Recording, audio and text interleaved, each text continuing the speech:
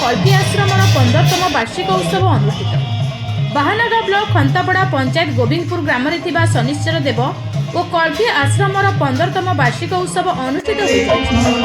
शुभ अवसर में बहु मांगलिक कार्य होता बेले नीतिकांति अनुजाई घटोत्तोलन सहित होमयज्ञ इत्यादि अनुष्ठित होता। वार्षिक उत्सव कार्यक्रम में कर्ता और कर्ती भावी प्रकाश कुमार गिरी और सहधर्मिणी प्रियदर्शिनी गिरी पूजारे सहयोग करते। स्थानीय अंचल बहु श्रद्धालु शनिश्चर देव पूजा जोगदे पूजा अर्चना करने सहित मनस्कामनार आशीष भिक्षा देखा मिलता। यह उत्सव को शनिदेव पूजा कमिटीर समस्त सदस्य और सदस्या ग्रामवासी बदान्य व्यक्ति सहयोग में संपादन होता।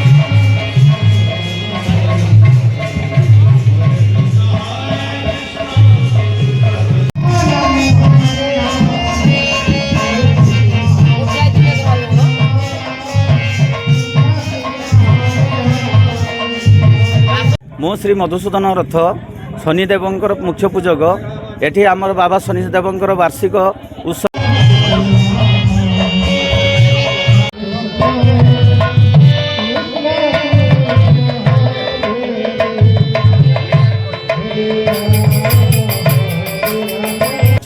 एठी सब ग्रामवासी उपस्थित सर्वजन मानकर अवदान सहित पूजा यज्ञ उत्सव बहुत आनंद उत्सव चली बहुत हजार हजार एठी आज आमर यज्ञ पूजा नीतिकांति होम हवन चलो 2 दिन धरी चली अच्छी प्रसाद सेवन संध्या पूजा आलती इत्यादि सबकि अनुष्ठित हम।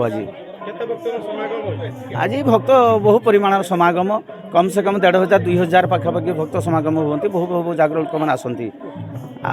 ओं नीलांजना समाभासं रविपुत्र जमाग्रजं छाया मार्तंड संभूतं तं नमामि शनिश्चरं।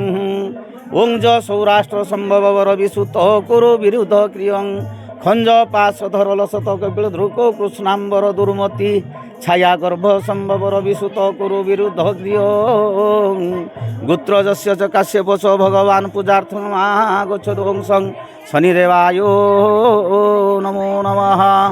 नवग्रह नमस्तुभ्यं सुप्रीत्यो यह मंडले जश्रते क्रियते पूजां यजमानस्य कार्य सफलं कुरु।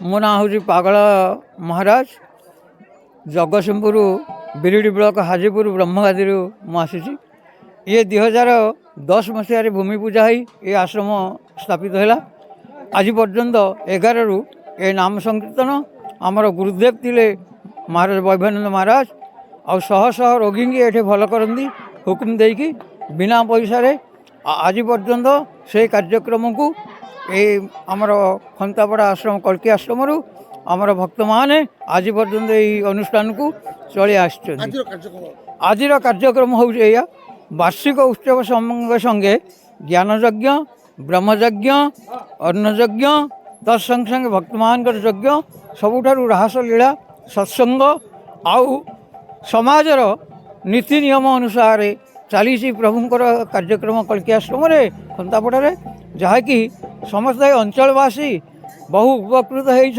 होती एवं सुधा तेणु समाज को दिग्दर्शन देवा लगी बर्तमान समय आसूसी जे जो भाई माने भौणी माने